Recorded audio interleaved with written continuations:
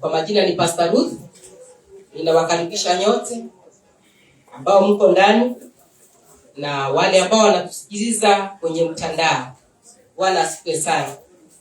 Siku ya leo neno la Mungu linatuelekeza katika kuyajua mambo ambayo Mungu anayoyatenda. Bwana asifiwe sana. Wakati mwingine unapatikana na mambo nawe unadhani kwa mawazo yako ni wewe, ama unadhani kwa mawazo yako kwamba labda ni mtu amehusika, labda nimerogwa, labda ni ukoo wetu. Lakini wakati mwingine tunakosa kujua mapenzi ya Mungu. Bwana asifiwe sana. Maana sisi kama mali ya Mungu tuna mwenyewe, na mwenye sisi anatenda na sisi kulingana na mapenzi yake. Bwana asifiwe. Kulingana na vile amekuamulia toka wakati ulipozaliwa. Bwana asifiwe. Na ili kwa kujua hayo, inatufahamisha kwamba ni vyema wakati wote kuishi katika Bwana na katika kumtegemea Mungu. Yaani usiishi katika kujitegemea katika mawazo yako mwenyewe. Haleluya. Na usione wewe kuwa katika ulimwengu uko tu. Haleluya. Ujue kuwepo katika ulimwengu ya kwamba una mwenyewe. Na huyo ambaye aliyekuleta unafaa wakati wote kutafuta kutoka kwake na kusikiliza kutoka kwake na kujua ya kwamba mapenzi yake ni nini kwako. Bwana asifiwe sana. Ili wakati unapotenda na wakati unapoenenda, uenende na kutenda katika kumwogopa na katika kumtegemea na katika kumsikiliza, ujue mausia yake ni nini kwako, ili usije ukapotea katika njia wala ukachanganyikiwa katika safari. Mambo hayo yote yanapatikana katika neno la Mungu. Bwana asifiwe sana. Hivyo tunaingia katika kitabu cha Samueli wa kwanza. Samueli wa kwanza na mstari wake wa kwanza.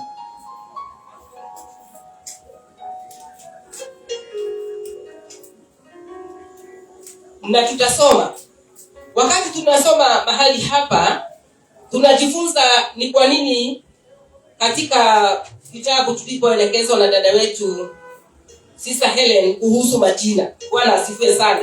Maana inatangulia katika majina ikisema ya kwamba palikuwa na mtu mmoja wa Lama, msufi wa nchi ya milima ya Efraimu, jina lake akiitwa Elkana mwana wa Yerohamu mwana wa Elihu mwana wa Tohu mwana wa Sufu Mwifrahimi.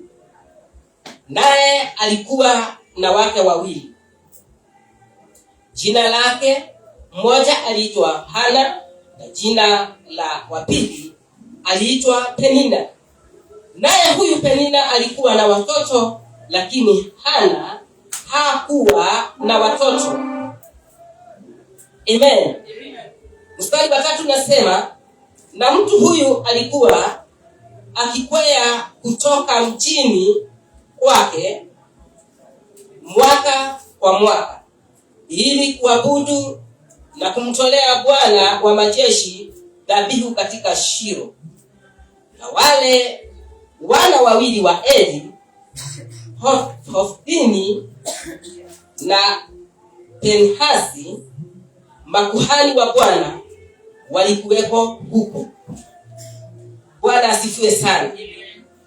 Huyu ni mtumishi wa Mungu ambaye aliitwa Elkana. Bwana asifiwe sana. Na tunaona umbali ambao ametoka na majina ya baba, babu na mji aliotoka. Bwana asifiwe sana. Kwa hivyo mtu huyu toka kuzaliwa kwake kumaanisha kwamba Mungu aliambatana na yeye. Bwana asifiwe sana. Na alitembea na yeye kwa kuwa ni mtu ambaye alikuwa mcha Mungu. Na neno linasema katika kila mwaka alifanya nini? alienda kutoa dhabihu. Alipanda kwenda Shilo ili kufanya nini? Kutoa dhabihu. Bwana asifiwe sana. Neno la Mungu linaendelea kutuambia kwamba alikuwa na wake wawili. Mmoja aliitwa Penina na mwingine aliitwa Ana. Bwana asifiwe sana. Wakati mwingine tunapoingia katika mambo kama hayo, katika mawazo ya wengi ambao wanaongozwa na tamaa ya dunia, utakuta wakisema ya kwamba na kwa nini kanisa wanatukataza kuoe wake wawili? Bwana asifiwe sana. Kwa nini wanasema hatufai kuoa wanawake zaidi ya wawili? Na maandiko hapa inasema huyu Elikana alikuwa mtumishi wa Mungu na alikuwa na wake wawili. Bwana asifiwe sana. Wakati mwingine watu wa Mungu wananaswa kwa kutokujua. Bwana asifiwe sana. Hizi nyakati neno la Mungu linasema ya kwamba wakati wa zamani nilijifanya kama sioni. Bwana asifiwe sana. Katika mambo waliotenda nilijifanya kama sioni. Amen. Lakini anasema lakini kwa sasa naagiza kila mmoja afanye nini? Apate kutubu. Bwana asifiwe. Amen. Ni kwa maana wakati huu Kristo alikuwa bado hajafanya nini? Hajafunuliwa. Bwana asifiwe sana. Kwa maana tunapoelekea katika kitabu hiki cha Samueli, utakuta ya kwamba kimetupeleka katika Agano Jipya. Bwana asifiwe sana. Kuna sehemu nyingi zimetupeleka katika Agano Jipya. Bwana asifiwe sana. Kwa hiyo usione ya kwamba ni kwa nini nyakati za sasa kanisa linakataza uoe. Maana nyakati ya sasa tunaongozwa na Roho Mtakatifu.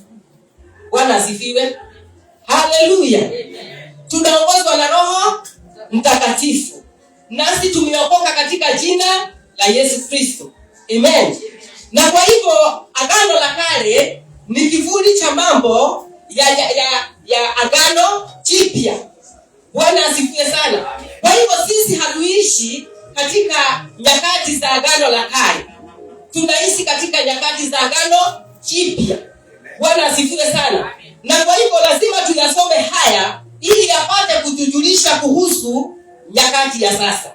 Bwana asifiwe sana. Manake huyu ni Samueli. Bwana asifiwe sana. Na kitabu hiki kimeandikwa na Samueli. Ama ni kitabu cha Samueli.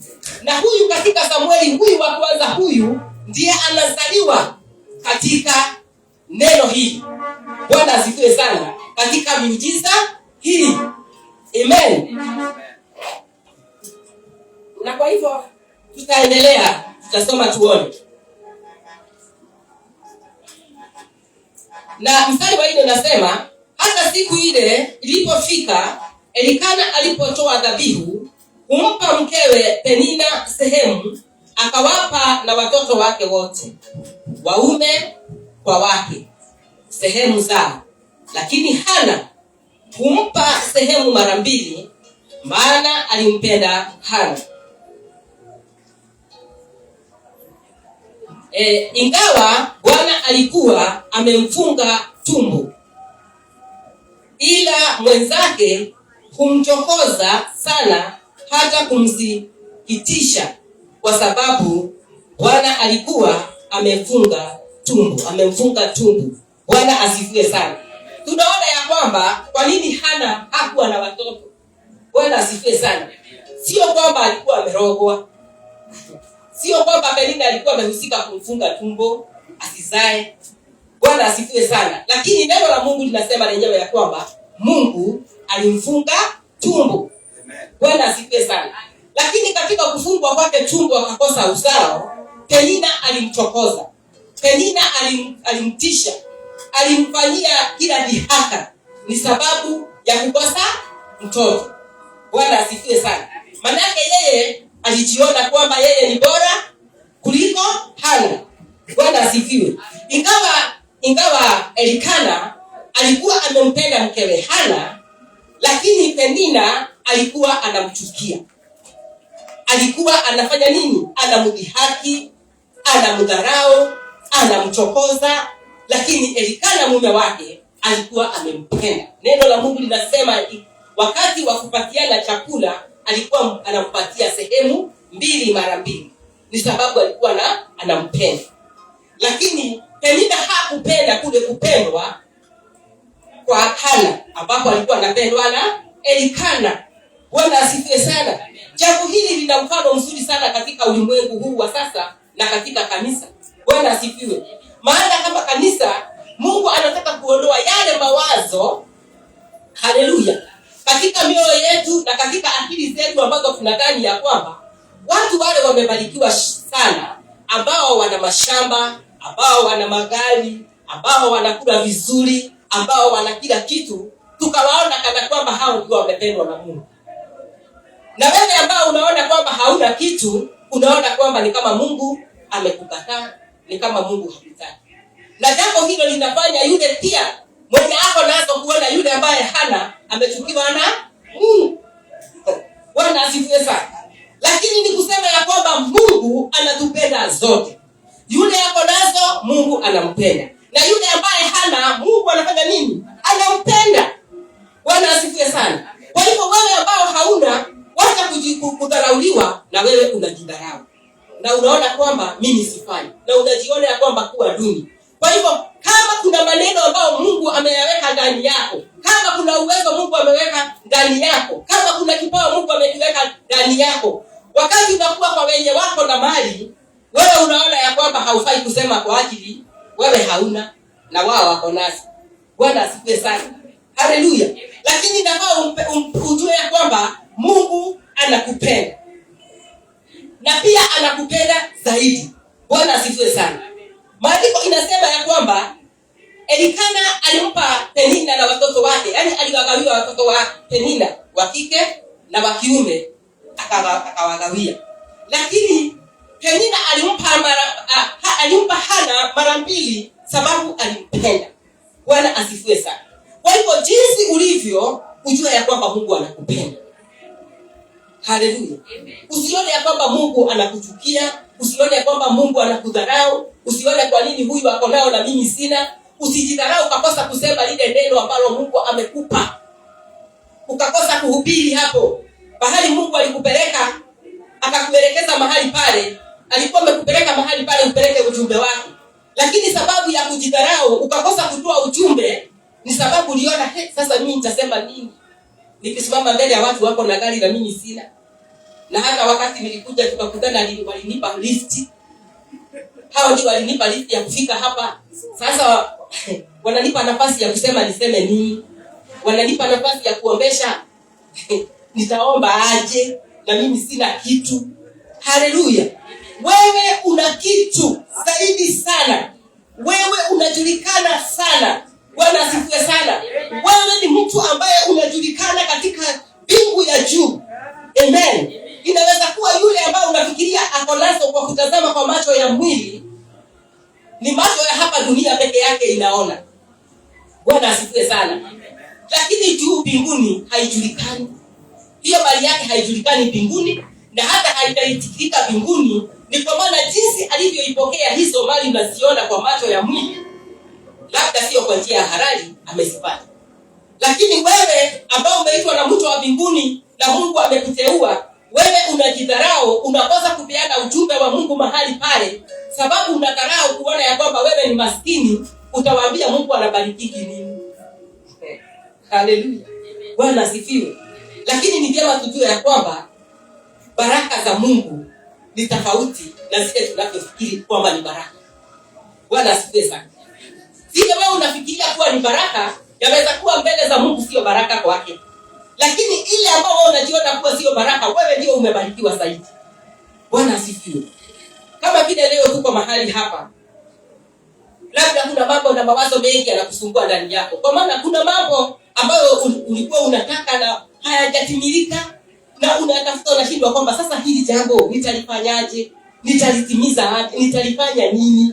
Wewe unahangaika kwa hayo, lakini kuna mtu hapa hospitalini analilia Mungu apone tu. Mungu, ukimtoa kwa hiki kitanda nitakushukuru. Mungu, mimi ninasikia mimi ni mdhaifu. Mimi siwezi. Mwingine macho anagojea kwenda kufanya operation. Mwingine tumbo tunaenda kwa ajui kama ataamka. Sasa hata ile wasiwasi ako nayo ni kwamba hajui kama kwamba atafanya nini? Ataamka kutoka dieta. Lakini wewe una afya, una nguvu, una uwezo kinachokusumbua ni mambo tu. Bwana asifiwe. Kwani ni nini iko zaidi ya afya? Bwana asifiwe sana. Ni nini iko zaidi ya afya? Hakuna. Bwana asifiwe sana. Maana kuna mtu ambaye ako na mali lakini hana afya. Nyama ziko zimepangwa kwa kabati na hata zikiwepo hapo anatapika. Bwana asifiwe sana. Akikarangiwa nyama yake hapo anafanya nini? Anatapika. Ameletewa kila aina ya matunda imewekwa hapa lakini hata moja hata kuichukua hakuli. Bwana asifiwe sana. Lakini wewe saa hii ukipatiwa machungwa ni haraka faster. Umekula na ile imemalizika si kama umekula. Ni sababu uko na afya. Hakuna kitu kama cha baraka kama hiyo. Bwana asifiwe sana. Haleluya. Ukipata sukuma na matumbo uko tayari kukula haraka sana na ujisikie umechangamka na uendelee na kazi yako. Haleluya. Kwa hivyo afya ni utajiri mkubwa. Bwana asifiwe sana. Na kwa hivyo kuwa na wokovu pia umependwa na Mungu. Na majina yako yameandikwa. Na yule ambaye ana mali labda bado hajaandikwa, na wewe ndio mjumbe wake unafaa kumfikishia ujumbe. Kwa hivyo siku ya leo neno la Mungu linasimulia pakubwa ya kwamba usijidharau jinsi ulivyo. Amen. Mstari wa 7 unasema namna gani? Tena mumewe akafanya hivyo mwaka kwa mwaka. Hapo yule mwanamke alipokwea kwenda nyumbani kwa Bwana, ndivyo yule alivyo mchokoza. Haleluya. Basi kwa hiyo yeye akalia asile chakula. Elikana mumewe akamwambia, Hana, unalilia nini? Kwani huli chakula? Kwa nini moyo wako una huzuni? Je, mimi si bora kwako kuliko watoto 10? Haleluya. Na kwa hiyo unaona ya kwamba wakati Elikana imefika wakati wa kwenda Shilo kupanda, ili kama vile ilikuwa mazoea ya kwenda kila mwaka kwenda kumtolea Bwana dhabihu mahali pale. Bwana asifiwe sana. Wanapokwea kuelekea kule, Hana pia ako mahali pale wakikwea kwenda kutolea Bwana dhabihu. Penina yuko mahali pale wanaendelea. Lakini katika safari ya kuelekea Shilo, yule Penina bado anamchokoza Hana. Bwana asifiwe sana. Akimuuliza, sasa wewe, hii miaka yote umekuwa shikienda Shilo kuomba, sasa unaenda huko na nini? Mimi nimeosha watoto wangu, unaona wamevaa vizuri. Huyo ni Kamau, huyo ni Njoroge, huyo naye ni Wamboi. Wewe uko peke yako.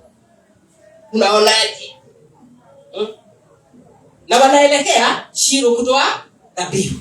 Bwana asifiwe sana. Naye moyo wa Hana, neno la Mungu linasema ya kwamba unaona huzuni. Umelia. Mpaka wakifika kule dhabihu imeshatolewa, amepatiwa kile kilicho chake, lakini imemshinda kukula. Ni sababu moyo wake unasononeka. Ni kwa ajili ya huzuni ya uchokozi wa Penina. Bwana asifiwe sana. Jinsi Penina anamchokoza hata ameshindwa kukula, anasononeka. Amen. Lakini Elikana mumewe anamwambia, mke wangu, ni shida gani? Kwa nini una huzuni? Kwa nini hukuli?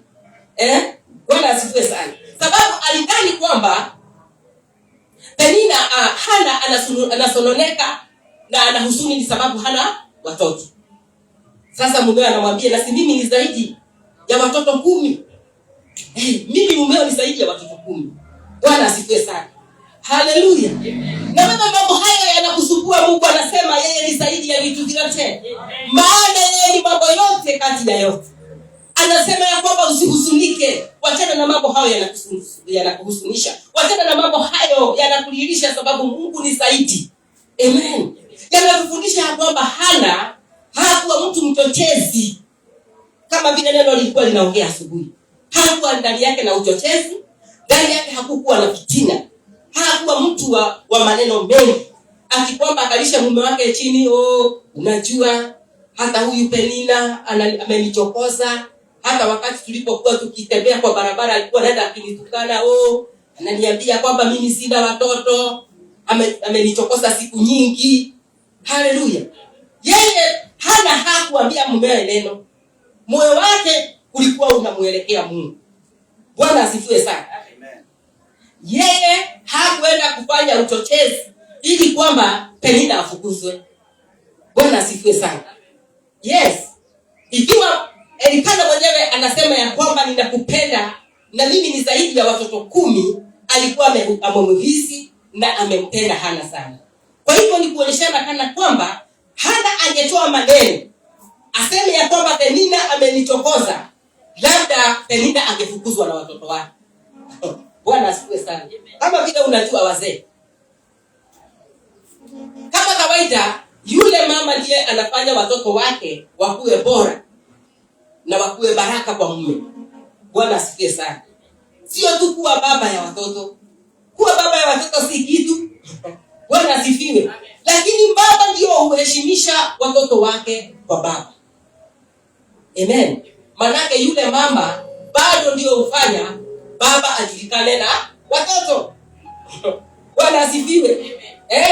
Mama ndio ufanya watoto wamjue baba. Wakati mtoto anajifunza kuongea, wakati baba anaingia anamwambia baba. Yeye ndio utaka patanisho la baba na mtoto. Kwa hivyo mtoto hawezi kujua baba yake asipoelekezwa na mama. Bwana asifiwe sana. Hivyo watoto nao hupata heshima kwa baba kwa ajili ya mama. Matendo ya mama yanaweza kufanya baba akapenda watoto. Amen. Haleluya. Na kwa hivyo kama baba ukileta maneno ambayo sio mzuri, Bwana asifiwe. Maneno haya siyaongei only through experience, bali katika maandiko inasema namna gani? Mtoto yule kaidi, mtoto ambaye ni kaidi, mtoto ambaye ni mkorofi, mtoto ambaye ni mwenye kiburi, neno la Mungu linasema ya kwamba huyo ni wa mama. Ni chukizo kwa mama, sababu hapo baba hayuko. Bwana asifiwe sana. Lakini wakati mtoto anakuwa mtiifu, soma vizuri, kuwa nambari 1, huyo ni wa baba. Ni baraka kwa baba. Amen. Bwana asifiwe. Kwa hivyo ni kusema ya kwamba yule mama anaweza kufanya watoto wake kukosa baraka, na yule mama anaweza kufanya watoto wake wapate baraka kwa baba. Bwana asifiwe sana. Kwa hiyo Hana alijua ya kwamba kama akinena kitu kuhusu Penina, anaweza kufukuzwa pamoja na hao watoto. Na anajua ya kwamba hii ni mbegu ya mume wangu. Kwa hivyo siwezi penda mambo haya yakuwe mabaya. Kwa hivyo yeye ananyamaza, akihusunika na kulia. Mume wake anadhani tu kwamba Hana analia ni sababu ya kukosa watoto. Na yeye anamfariji kumwambia kwamba mimi ni zaidi ya watoto 10. Bwana asifiwe sana. Hilo ni jambo muhimu sana katika maisha. Bwana asifiwe. Sio lazima umchochee mtu. Sio lazima uende umsengenye mtu. Bwana asifiwe sana. Lakini unaweza kuinua hitaji lake mbele za Mungu. Na Mungu anaweza akabadilisha mambo. Bila ya kusema. Bila ya kumsema kwa watu muharibie jina. Haleluya. Sababu ya uovu wake, sababu ya ndugu, sababu ya dada. Kwa nini neno hili limeandikwa? Sio kwa Penina, sio kwa ajili ya Hana, sio kwa ajili ya Elikana.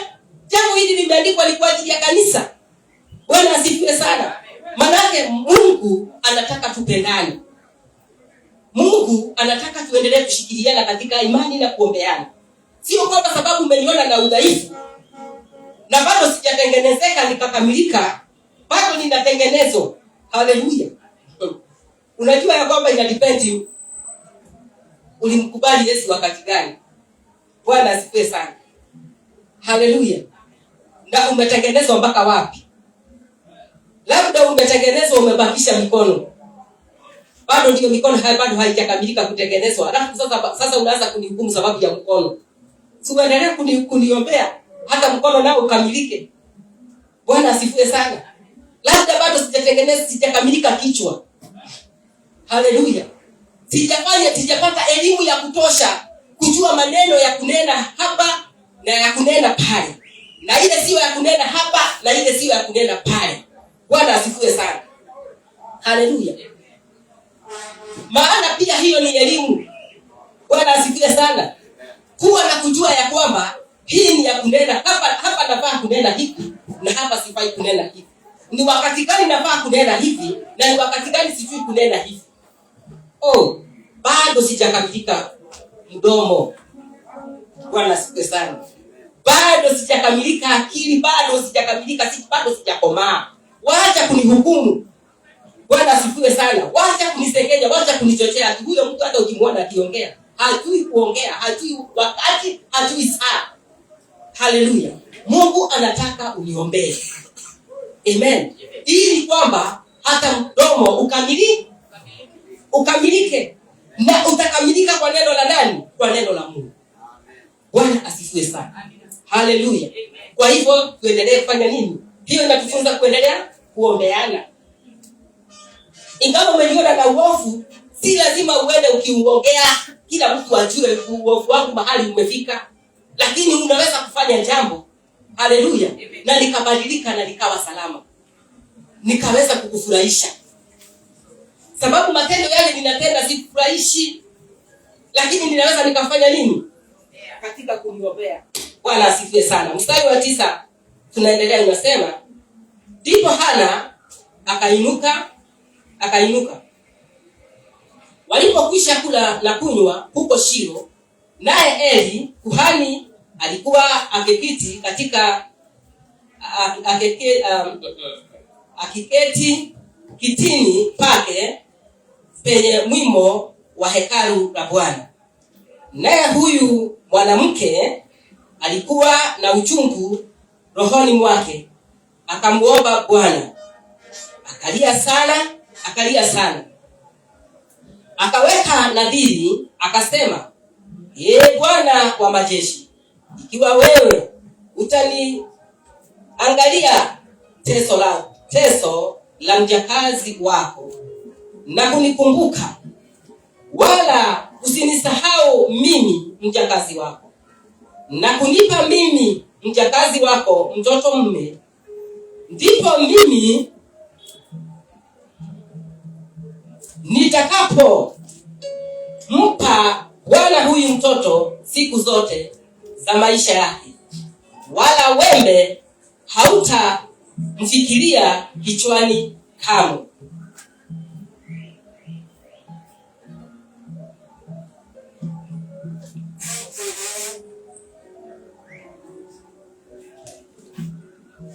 Bwana asifiwe sana. Tunaona kuhani Eli amekaa mahali. Bwana asifiwe sana. Lakini huyo mwanamke mjakazi, neno la Mungu linasema anamlilia Bwana. Anamuomba Bwana ya kwamba Mungu unipe mtoto. Na akaomba akasema unipe mtoto wa kiume. Anamwambia Bwana, kama ukinipa mtoto wa kiume, nami nitamtolea mtoto huyu awe mtumishi wako, na wala wembe hautapita kichwani pake, yani hatanyolewa kamwe. Nitakupatia huyu mtoto awe wako. Wala asifiwe sana. Neno la Mungu linasema ya kwamba alimlilia Mungu sana.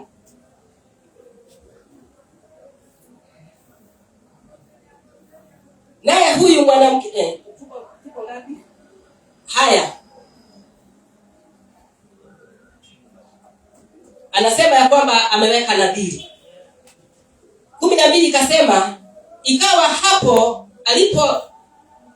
alipodumu kuomba mbele za Bwana, Eli akamwangalia kinywa chake. Basi Hana alikuwa akinena moyoni mwake, midomo yake tu ilionekana kama inanena, sauti yake isisikiwe. Kwa hiyo huyu Eli alimdhania kuwa amelewa. Bwana asifiwe sana. Haleluya. Yaani unaona jinsi ambavyo anamuomba Mungu. Bwana asifiwe sana. Haleluya. Tunaona ya kwamba watu wengi wakati wanapopitia katika shida fulani ambao anapitishiwa na mtu, Bwana asifiwe sana. Na ameokoka. Unakuta ya kwamba ile maombi anaomba ni maombi gani? Akufe. Umeshaikusikia? Akufe. Ateseke. Atajua ya kwamba mimi naomba Mungu aliye hai. Anaenda akijisifu kwa watu akijua akisema ya kwamba watajua mimi naomba Mungu. Watajua Mungu wangu ni nani. Wamenifanyia hivyo, wamenitukana, wamenifanyia na wao nao watajua Mungu watajua mimi naomba Mungu aliye hai. Nimekomenya. Wengine wanaenda wanageuza kanzu. Wanageuza kanzu wakiombea huyo mtu aone mabaya. Ule mtu apatikane na mabaya. Wanaomba ya kwamba yeye huyo mtu afe. Wengine hata biashara yake iishe. Akiomba mabaya apatikane kwa nyumba yake. Kwa bahati mbaya kama kukipatikana mauti katika hiyo nyumba, utakuta yule mtu na ni mtu ambaye anasema ya kwamba ameokoka na mpenda Mungu. Hapo mahali pale akijisikwe. Si mmeona? Ni mimi. Huyo mtu alikufa. Ni mimi. Nilisema watajua Mungu wangu. Umeona kile kimetendeka. Sasa yule mtu anataka aogopwe na wale watu. Aogopwe na wale watu. Lakini uhakika ni kwamba hakuna mahali amehusika katika hicho kifo. Bwana asifiwe sana. Ni kama yule mtu alienda kujisifu kwa Daudi ya kwamba amemuua Sauli. Na hakika hakuna mahali alihusika na ile mauti. Sababu Sauli mwenyewe aliweka mkuki wake akauangukia.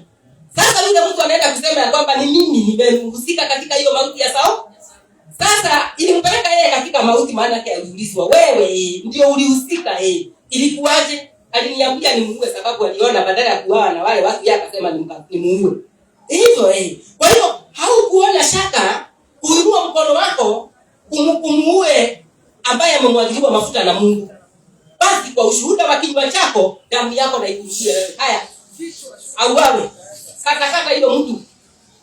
Sasa wakati wa kukatakatwa na kuchinjwa, alikuwa na mahali ya kusema hapana, sio mimi nilikuwa nimesema uongo. Wapi? Nikushambulia mara moja na akakufa. Sababu hiyo wengi katika wale wameokoka wamejiingiza katika hatari nyingi. Wakati ambapo mtu anapata shida unasema ya kwamba ni kwa ajili ya ni mimi nimehusika, ni sababu nilitaka ajue Mungu wangu. Ni mimi. Unaona hiyo shida amepata, alikuwa na gari, alianguka, anaona hapo na bandage mahali, hiyo inakuwa ni furaha. Hivyo sivyo, Bwana asifiwe sana. Hivyo sivyo kwa wateule, hivyo sivyo kwa kanisa la Mungu. Hivyo sivyo Mungu anataka. Bwana asifiwe sana. Tunachukua mfano mzuri kutoka kwa Hana.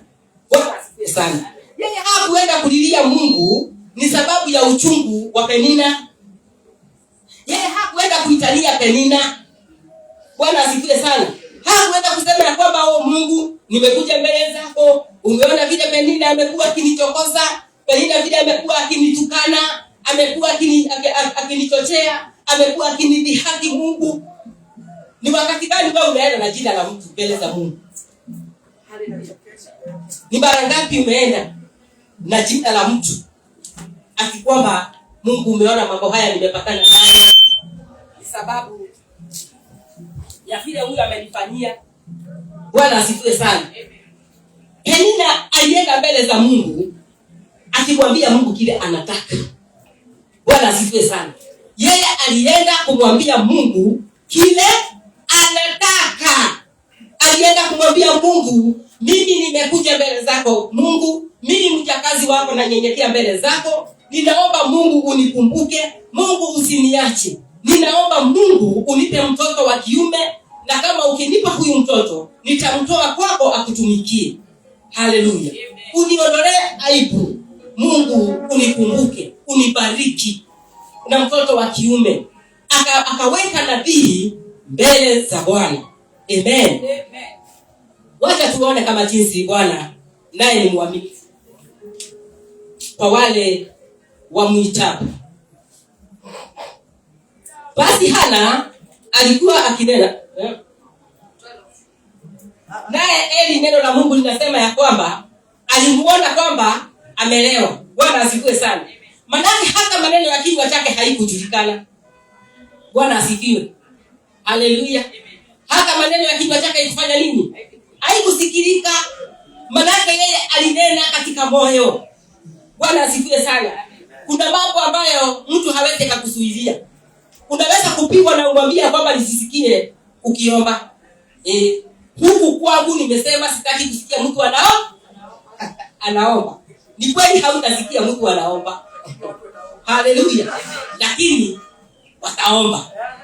Bwana asifiwe sana. Ni kwa maana Hana aliomba katika moyo wake. Kwa hivyo hata Eli mtumishi wa Mungu hakujua. Hata mume wake hakujua. Hata Penina hakujua. Bwana asifiwe sana. Sababu labda kama angejua angeweza kumwambia wacha tuone. Umeomba sana leo, nimekusikia vitu ulikuwa unaomba. Ukiitisha mtoto miaka hiyo yote na hujawahi pata. Haleluya. Kuna mambo unaweza kuzungumza ukiletee shida zaidi. Amen. Lakini Hana aliomba kimoyomoyo. Lakini Eli alimuona kwamba amelewa. Bwana asifiwe sana. Maana yake alikuwa kinenda kimoyomoyo. Kuna mambo mengine si lazima useme. Yanahitaji imani. Yanahitaji utakatifu. Yanahitaji kumjua Mungu. Yanahitaji kumuogopa Mungu. Na uende katika ulimwengu wa roho. Na ufunge mlango wa ndani. Na uanze kunena. Maana yeye asikiae na aonaye katika siri atakujibu katika wazi. Bwana asifiwe sana. Haleluya. Kwa hivyo tunapoendelea. Haleluya. Naye akamjibu akamwambia, usidhanie mjakazi wako kuwa ni mwanamke asiyefaa kitu, kwa kuwa katika wingi wa kuugua kwangu na kusikitika kwangu ndivyo nilivyonena hata sasa. Hivyo nilivyonena hata sasa. Ndipo Eli akajibu akasema, enenda kwa amani, na Mungu wa Israeli akujalie haja yako uliyomuomba. Naye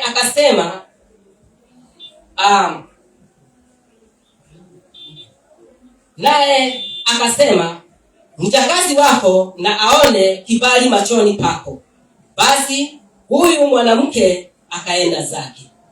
Naye akala chakula, wala uso wake haukukunjamana tena. Bwana asifiwe sana. Yaani kutoka hapo, wakati Hana alimaliza kunena na Mungu, na wakati alimwambia mtumishi wa Mungu, sio kusema ati mimi mama vile unaniomba na hivi mimi ni mtu muovu. Hapana. Mimi naongea na Mungu wangu. Na ndiposa hata sasa bado ninaongea naye. Bwana asifiwe sana. Kumaanisha kwamba sitakoma sababu umeniita mlevi. Haleluya. Unaweza kuwa katika hali ya maombi na labda umenewe kwa mabaya, na sababu umekuwa kanisani kwa hiyo muda yote na ninakusikia kanisani ukiomba, kwani hiyo Mungu wako hajajibu? Haleluya. Amen.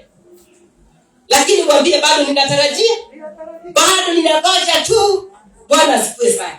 Kwa hiyo wewe ambao uko na jambo ambalo unamuuliza Mungu na ambalo unaendelea kuomba, usichoke. Bwana asifiwe sana. Usichoke. Usifike mwisho. Usivunjike moyo. Endelea. Ngojea. Haleluya. Ni sababu uko karibu kumaliza. Bwana asifiwe. Uko karibu kufanya nini? Kumaliza. Ni sababu kila jambo ambalo unalopitia katika maisha haya ni mtihani. Bwana asifiwe sana. Na kila yeyote aliyechaguliwa na Mungu habaki mambo yake hivi hivi. Maana mambo yake yote ni ushuhuda. Amen. Kama umeokoka na wewe ni mrithi wa ufalme wa mbinguni. Sababu kanisani tunakuja tu kwa mara 2-3. Watu kunao wanaokuja kanisani wajulikane kwamba wanaenda kanisa. Haleluya. Kunao wanaokuja kanisani waonekane na wainuliwe, waheshimiwe. Kunao wanakuja, kuna mambo mengi yanatuleta kanisani. Bwana asifiwe sana. Lakini kuna jambo moja. Kama wewe ni mrithi wa ufalme na unakuja kutafuta kujua njia ya kufika huko, Bwana asifiwe sana. Kitu ya kwanza nikwambie huko mahali panafaa. Bwana asifiwe sana. Manake sisi ambao tunahubiri mahali hapa tunaongea kuhusu ufalme wa mbinguni na njia ya kufika huko. Bwana asifiwe sana. Kwa hiyo nataka kusema hivi. Wewe ukiwa mmoja kati ya hao, ujue mambo yote ambayo unayopitia katika maisha haya Iwe ni kazi, iwe ni biashara, iwe ni maisha yako ya kuishi. Haleluya. Ni ushuhuda. Bwana asifiwe sana. Ni nini? Ni ushuhuda. Sababu wewe ni taifa la Mungu ambao umeteuliwa kutukuza ufalme wake. Na kwa hivyo wewe si mtu wa kawaida, na hautembei kama kawaida, haufanyi kazi kama kawaida, haufanyi mambo yako kama kawaida. Ni kwa maana ukienda kama kawaida utakuta vikwazo ni nyingi. Vikwazo ni nyingi njiani. Ndakuta nazo zimewekwa njiani. Kwa hivyo kama ukitembea kama watu wa kawaida wa dunia, utakwazwa. Ni okohego. Bwana asifiwe sana. Utagonga na ukuta. Ni sababu wewe si mtu wa kawaida. Mambo yako ni ushuhuda. Bwana asifiwe sana. Wakati adui anakuja mbele zako, unamwambia katika jina la Yesu, ondoka. Ukijua huu ni ukuta, unaambia katika jina la Yesu, ondoka. Bwana asifiwe sana. Haleluya. Ukikuta ni ndugu amekuja na njia ya fitina kwako, neno la Mungu si kwamba umdharau, si kwamba umchukie, lakini muombe. Ni kwa maana umejua hii ni ukuta ndio higo. Hata hii ni ukuta. Bwana asifiwe sana. Mwingine amekuja katika maneno ambayo yanakuchukiza. Haleluya. Katika safari, jua hata hii ni ukuta. Na hata na biashara yako pia inaweza kuwa ukuta. Bwana asifiwe sana. Na hata mume wako anaweza kuwa ukuta. Na hata mke wako anaweza kuwa ukuta. Na hata mtoto wako anaweza kuwa ukuta. Bwana asifiwe sana. Na hizo zote ni za kukusudia upite. Bwana asifiwe sana. Kwa hivyo ndoa yako kusimama ni ushuhuda. Amen. Haleluya. Amen. Watoto wako kumwamini Mungu na kukubali kukusikiliza ni ushuhuda. Bwana asifiwe sana. Ukimwambia pita hapa na nakubali kupita ni ushuhuda. Si ati alitoka tu huko vile alianza naye akiwa mtoto wa Sunday school. Haleluya. Ukamfundisha katika neno la Mungu, ukafikiria kwamba ataishi hivyo. Kuna mahali atakugeuka na akaona wewe ni mpuzi. Hiyo ameona nini? Sababu macho ya binadamu wakati wote inataka kuona kitu. Bwana asifiwe. Macho ya binadamu dunia hii inataka kuona kitu. Ndio iamini ya kwamba tuna Mungu ama ni Mungu wako. Bwana asifiwe sana. Nakumbuka wakati mmoja kijana yangu mmoja aliuliza baba yake, wewe baba, mimi nikizaliwa nilikuta wewe ni mchungaji. Mpaka sasa wewe ni mchungaji. Na mimi nimeona wachungaji wengi wamechipuka nyuma yako na wako na gari. Kwani wewe hauna gari? Bwana asifiwe sana. Haleluya. Ni sababu kuna wakati macho inafunguka na akili za kawaida zinafanya kazi. Sababu akili za kawaida zikikuongoza zinataka kuona kitu. Haleluya. Na zikikosa kitu, wengine wanavunjika moyo. Kama ni watoto wanavunjika moyo na wanakosa tumaini. Wakati wanakosa tumaini, wanaweza rudi nyuma. Bwana asifiwe sana. Na hiyo ni ukuta. Bwana asifiwe sana. Haleluya. Lakini ukweli ni kwamba Mungu ametupa nguvu na uwezo wa kuruka hizo kuta. Na Mungu pia ana uwezo wa kubomoa kuta. Bwana asifiwe sana. Kwa hivyo usihuzunike. Amen. Kama wewe ni baba, usihuzunike kwamba watoto wamekataa kunisikiliza. Kama wewe ni mwanabiashara na biashara yako imefilisika, unajaribu kuangalia imeisha, sina fedha, sina capital, nitafanya nini? Bwana asifiwe sana. Endelea kumtumainia Mungu, yeye ni mwaminifu. Bwana asifiwe sana. Maana inatuonyesha hapa ya kwamba Mungu ndiye alikuwa amefunga tumbo ya Hana. Bwana asifiwe sana. Utazo wa Hana ulitokana na Mungu. Bwana asifiwe sana. Kwa nini? Sababu Mungu alijua ya kwamba kile kitatoka ndani yake ni ushuhuda. Bwana asifiwe sana. Ambao tunausoma leo. Haleluya. Kwa hiyo kazi ambayo umeipata wewe kama mtumishi wa Mungu ni ushuhuda. Haleluya. Sio ati kumekosa kupatikana vita kazini ufutwe. Sio ati kumekosa wachochezi wa kuchochea wakiona ya kwamba huyu mtu ameishi hapa sana anafaa kwenda. Lakini kuishi kwako mahali pale ni ushuhuda. Na Mungu akafanya ujue katika siri ukapembeleza ukaona kwamba kumbe kuna kitu inaendelea hapa fulani na fulani, kuna mpango. Na wewe haukwenda kuuliza nimejua. Sababu watu wa Mungu ambao wameokoka wana hekima. Bwana asifiwe sana. Hawatembei na mwili. Sababu sio kwamba kasi wamesimamisha kwa nguvu za uchawi, sio kwa mganga alienda ndio akaenda akamwambia, ni hekima ya Mungu. Kwa hivyo hawana haja ya kwenda kuambia nimejua asili zenu. Ile kitu wanafanya ni kwenda katika magoti na kumwambia Bwana, Mungu, wamechochea, wameenda, wamefanya. Mungu nakuja kwako nitetee. Wana mtetezi ambaye ni Mungu. Bwana asifiwe sana. Hao wanatetewa na Mungu. Kwa hivyo kudumu katika kazi ambayo unafanya ni ushuhuda. Kupata kazi hiyo ni ushuhuda. Ndoa yako kusimama ni ushuhuda. Bwana asifiwe sana. Watoto wako kukutii ni ushuhuda. Kwa hivyo hata kama watoto wako ni wagaidi, hawakusikilizi, enda katika magoti. Endelea kuomba. Bwana asifiwe sana. Wacha mabishano, wacha stress, wacha kupandwa na sukari. Wacha pressure inakuinukia mpaka unakuwa na pressure, unashindwa. Kwenda kanisani unasema ya kwamba mimi hata kanisa imenishinda kuenda leo ni sababu nasikia ya kwamba siwezi, niko na maneno mengi, nasikia akili zangu mimi nimechoka, nasikia ya kwamba mimi ni mdhaifu, nasikia ya kwamba mimi siwezi. Nilifikiria sana, nikaamka asubuhi nikasikia vile akili yangu imechoka, nikaona ya kwamba wacha leo nilale tu. Sababu nasikia kwamba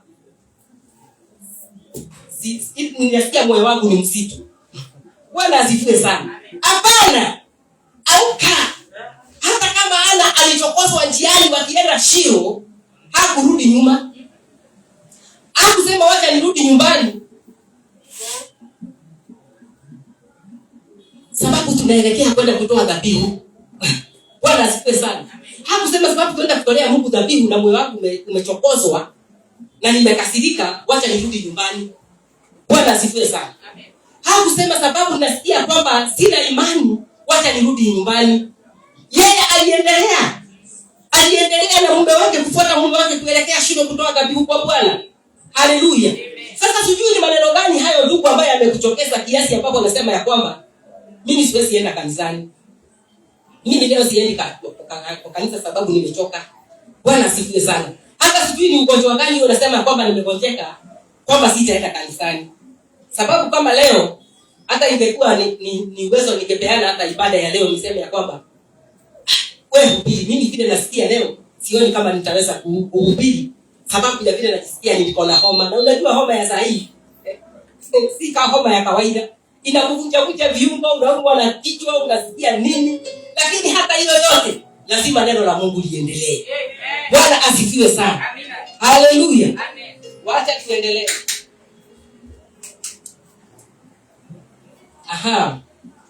Tuko wapi? 15.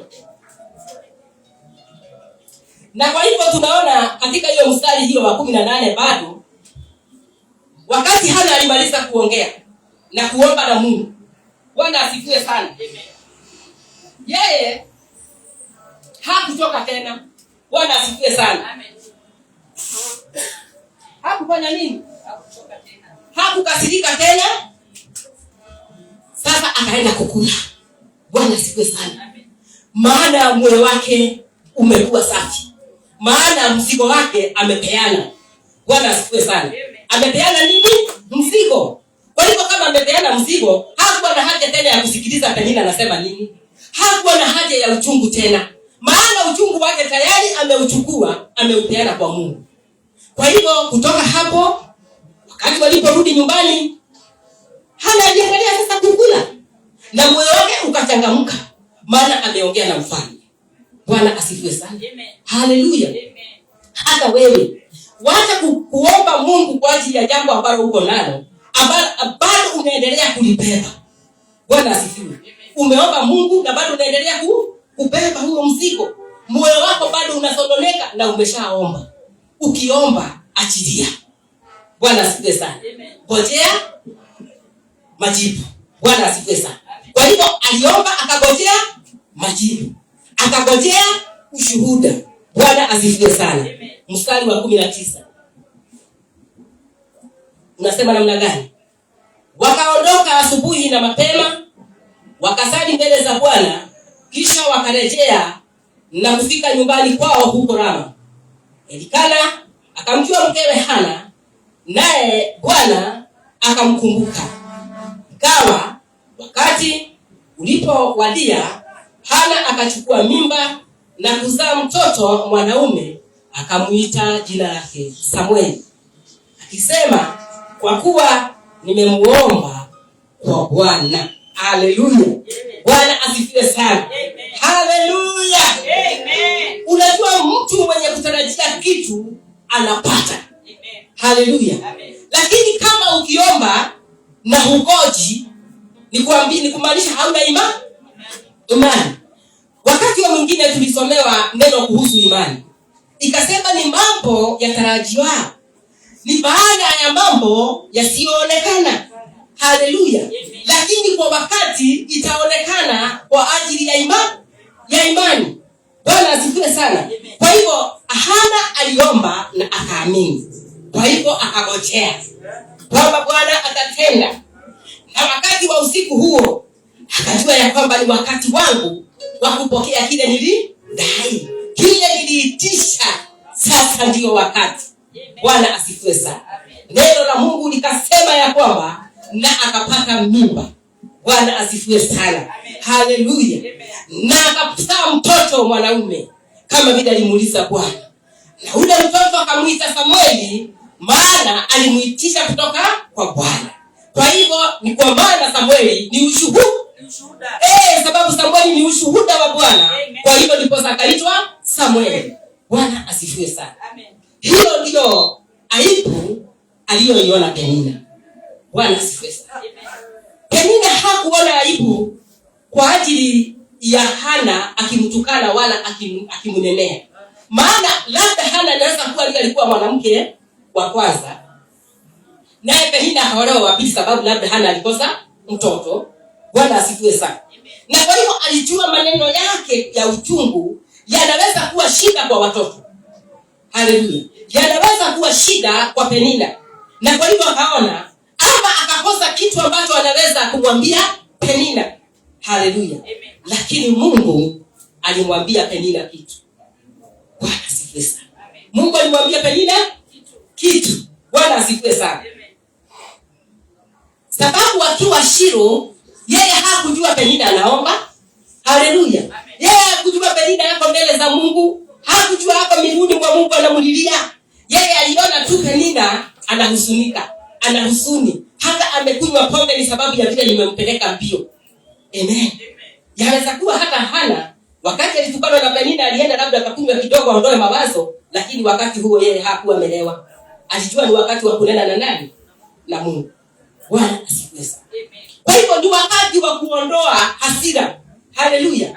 Ni wakati ya kuondoa kusumbuka kwako. Una mahali sasa pa kupeleka. Kama umemwamini Kristo, una mahali pa kupeleka shida yako. Bwana asifiwe sana. Sema na Mungu na useme na imani, na mambo yote yatakuwa sawa. Ni kwa maana sasa unamwona Hana ameanza kawaida. Unajua mimba ikianza shida yake natema mate, huyo amekula chakula anatapika. Sasa labda Penina alikuwa anamuuliza, sasa na wewe tasa.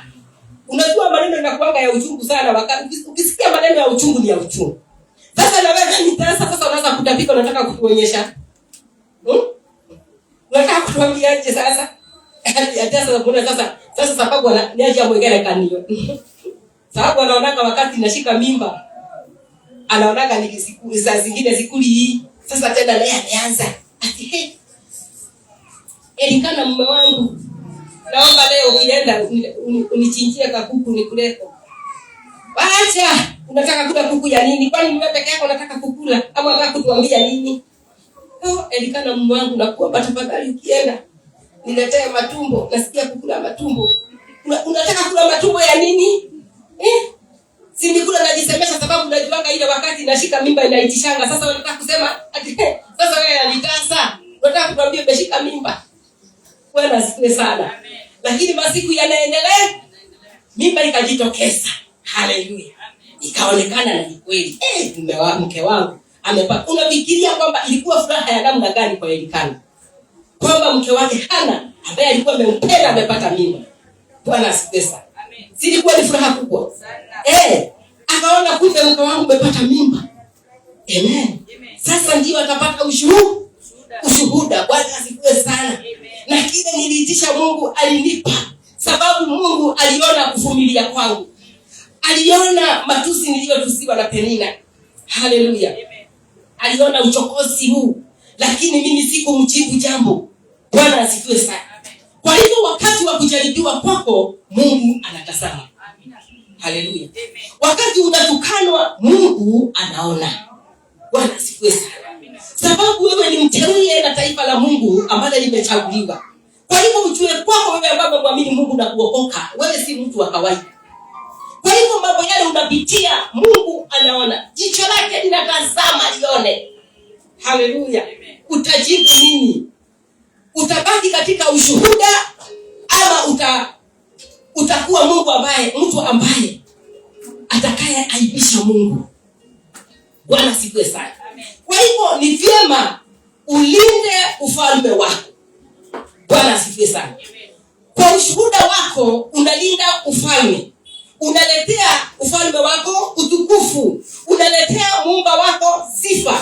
Haleluya. Katika kuvumilia kwako unamletea Mungu sifa. Haleluya. Katika kumngoja Mungu unampa Mungu wako shuhuda ambazo zitabadilisha wengi. Katika hiyo vita unayopitia, katika hao magonjwa unayopitia, katika huo uchungu unayopitia, wakati ambapo hakufanikiwa kwako, ndio tutakuona ukishuhudia yale uliyopitia. Wapendwa, hata vile mliniona tukiwa na nyinyi hapa, nilikuwa napitia, lakini Mungu amenijibu. Haleluya. Na shangwe na vigeregere kwa Yesu. Bwana asifiwe sana. Amen. Tunapoendelea kumalizia katika hicho kitabu, tuko wapi? 21. Inasema hivi: kisha yule mtu Elikana na watu wote wa nyumbani mwake wakakwea kwenda kumtolea Bwana dhabihu ya mwaka na nadhiri yake. Bali Hana hakukwea, maana alimwambia mumewe, sitakwea mimi hata mtoto wangu atakapoachishwa maziwa. Hapo ndipo nitakapomleta ili ahudhurie mbele za Bwana, akae huko daima. Elikana mumewe akamwambia, haya, fanya uyaonavyo vyema. Ngoja hata atakapomwachisha maziwa. Bwana na alithibitishe neno lake tu. Basi yule mwanamke akagoja, akamnyonyesha mtoto wake hata akamwachisha maziwa. Naye alipokuwa amekwisha kumwachisha maziwa, akamchukua pamoja naye na ng'ombe 3 na efa moja ya unga na chupa ya divai, akamleta nyumbani kwa Bwana huko Shilo. Na yule mtoto alikuwa mtoto mdogo, nao wakamchinja huyu ng'ombe, wakamleta mtoto kwa Eli. Akasema, Bwana wangu, kama uishivyo roho yako, Bwana wangu, mimi ndimi yule mwanamke aliyesimama karibu nawe hapa nikimwomba Bwana. Naliomba nipewe mtoto huyu, Bwana akanipa dua yangu niliyomuomba. Kwa sababu hiyo mimi nimempa Bwana mtoto huyu. Wakati wote atakaokuwa hai amepewa Bwana, naye akamwabudu Bwana huko. Amen. Amen. Hallelujah. Amen.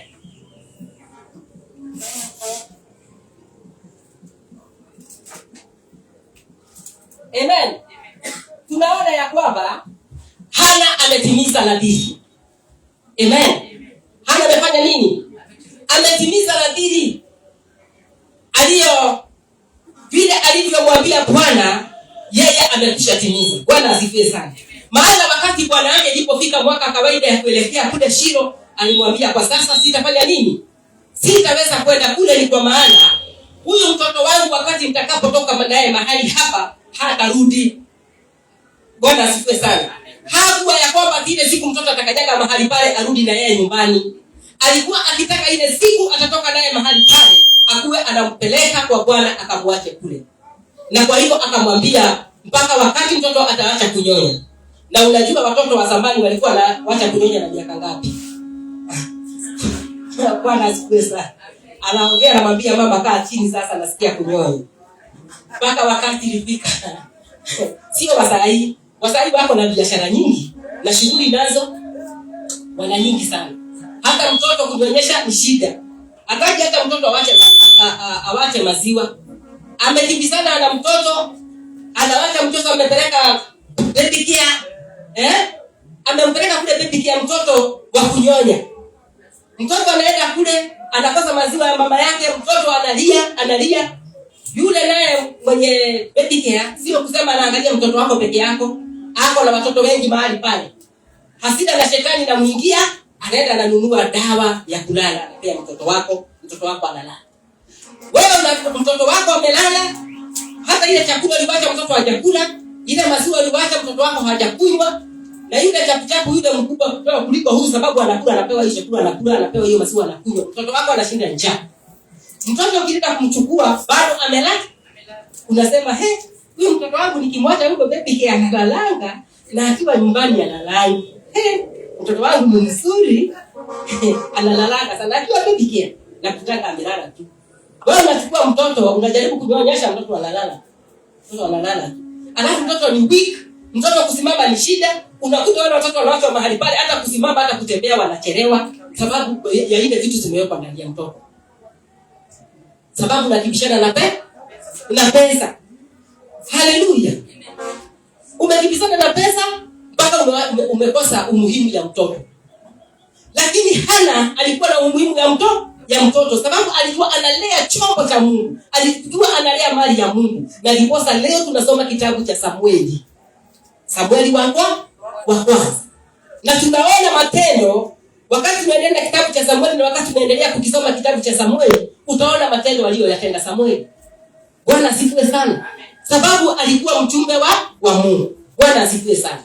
Kwa hivyo mambo hayo unayaona katika maisha yako ni ushuhuda. Bwana asifiwe sana. Hata kama ni magonjwa uko nayo ambayo yamekulemea katika mwili wako, jua ya kwamba hii magonjwa ni ushuhuda. Bwana asifiwe sana. Hii ni ushuhuda ambao Mungu anataka ajitukuze naye. Hii jambo limepatikana nayo si jambo la kawaida. Ni sababu nimeteuliwa. Neno la Mungu nasema ya kwamba nalikujua hata kabla hujazaliwa katika tumbo la mama yako nalikufahamu. Bwana asifiwe sana. Hiyo inasema namna gani mpendwa? Wakati unajikuta katika neno la Mungu, unajikuta katika kanisa, ujua kwamba si wewe umejilete. Haleluya. Ukijikuta kwamba umeokoka na umemwamini Mungu, jua ya kwamba sio wewe. Jua ya kwamba wewe ni kuamuliwa, ni kuteuliwa, uliteuliwa. Tokea zamani uliteuliwa.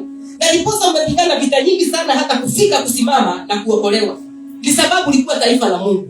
Mungu alikuita na akakuchagua hiyo wakati. Amen. Kwa hivyo haujapatikana wakati tumekuona. Hata wakati hatukuwa tunakuona ulikuwepo. Bwana asifiwe sana. Kwa hivyo ulikuwa mahali na ulikuja ndiposa sisi tukafanya nini? Tukakuona. Bwana asifiwe sana. Kwa hivyo ni vyema ujue huko duniani safarini ya kurudi kule ulitoka. Amen. Ujue huko safarini ya kurudi kule ulifanya nini? Na umekuja hapa ulimwenguni matembezini kama mtalii ambaye amekuja kuwakilisha ufalme wa mbingu.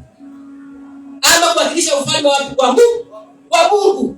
Bwana asifiwe sana. Kwa hivyo katika matembezi haya jilinde sana usihaibishe ufalme huu. Amen. Chunga mienendo yako, chunga tabia zako, chunga maongeo yako. Ujue ya kwamba wewe umekuja ukiwa matembezini na ndiposa tunasema ya kwamba mgeni amefanya nini? Amezaliwa. Tunaenda kusalimia mgeni alizaliwa, tumeenda kumsalimia. Maana mgeni ana siku zake atakaa ugenini na siku moja lazima arudi nyumbani. Bwana asifiwe sana. Sasa utarudi nyumbani na unagani ama utapotea njia. Haleluya. Basi njia kurudi nyumbani ni neno hili. Hili ndilo njia. Yesu ndiye njia ya kurudi nyumbani. Bwana asifiwe sana. Na neno lake ndio njia ya kurudi nyumbani. Kwa hivyo ni vyema ulinde na uwe karibu sana na neno ili ujifunze katika njia ya kurudi nyumbani. Usipite njia ya msitu upotee njia ukidhani unaenda nyumbani. Sababu kuna watu wengi ambao wamejitokesha wakupeleka watu nyumbani. Ambao wanaonyesha watu njia ya nyumbani. Lakini kumbe njia sio Kristo. Kristo ni kujitanisha, umejitanisha na yeye, lakini hao ndio njia.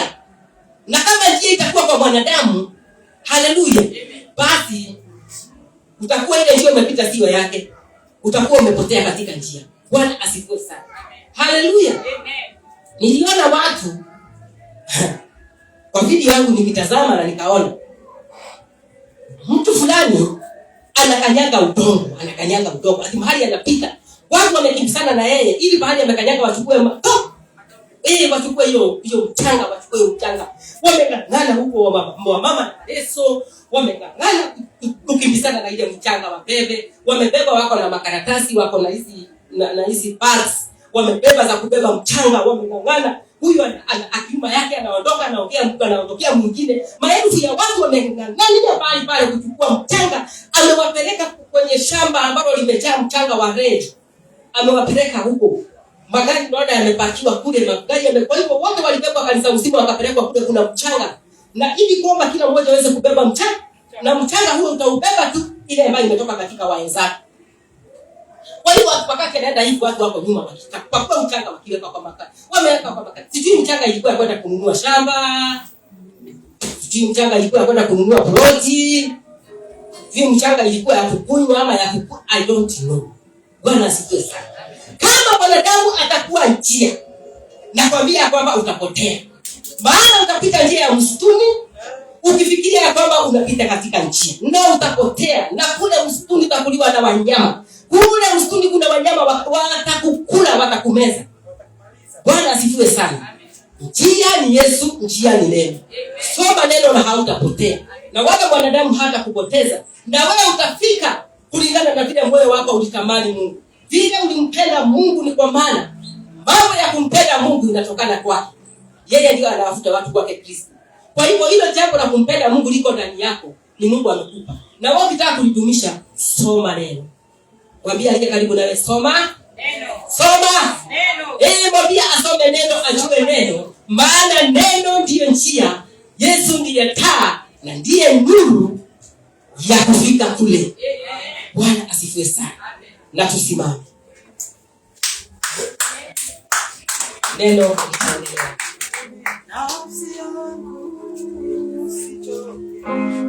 Roho yangu msifu Bwana, aliahidi atatenda.